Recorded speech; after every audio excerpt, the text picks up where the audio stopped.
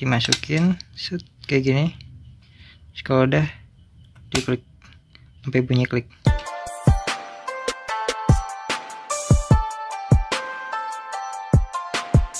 Oke, jadi langkah pertama buat pemasangan RAM di laptop yaitu kita buka baut-baut yang ada, karena ini gua buat mainboardnya itu ada di dalam, bukan yang bisa langsung buka kayak tipe-tipe ThinkPad gitu, ROG. Ya harus buka baut, beberapa baut. So gua buka bautnya dulu. Oke, jadi sini laptopnya udah gue buka. Ini bagian dalam laptopnya. Ini untuk slot RAM yang udah diisi dan slot RAM yang masih kosong. Ini dia kayak gini. Sini juga gue masih ada slot SSD yang belum gue isi. Dan ini gue SSD-nya pakai NVMe. So kita lakukan pemasangannya di sisi yang masih kosong ini. Di sini ya. Ntar gue ubah dulu.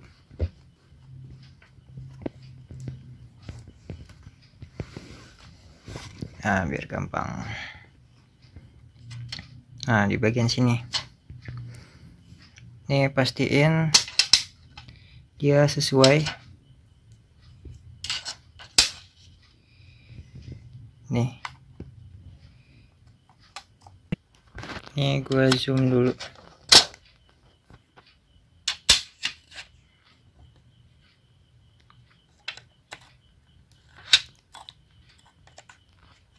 Jadi dia ada slotnya gitu.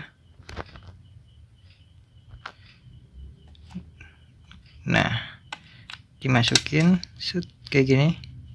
Terus kalau udah diklik sampai bunyi klik kayak barusan. Udah deh, kita tutup. Nanti kita lihat untuk sistemnya kedetek atau enggak. Oke, di sini setelah pemasangan RAM kita coba ke text manager. Sebelumnya ini dia itu sih apa, RAM yang gue pakai itu 8 GB. Nah, ini udah kedetek 15,9 dan speednya masih sama, tipenya SODIMM. Terus ini totalnya 15,9 GB. Nah, terus kalau udah kita coba cek di CPU Z. Di sini gue ada CPU Z. Yes. Di sini kita langsung ke memori. Ini totalnya langsung kelihatan ya, 16 GB. Dual channel. Dan ke SPD, ini slot satunya gue pakai bawaannya dari Samsung. Terus kita ke slot yang satunya lagi. Ini tipe Team Group Micron Teknologi DDR4. So kedetek semua ya jadinya untuk pemasangannya. Dan untuk tes lain-lainnya gue nggak bisa karena gue nggak ada aplikasinya.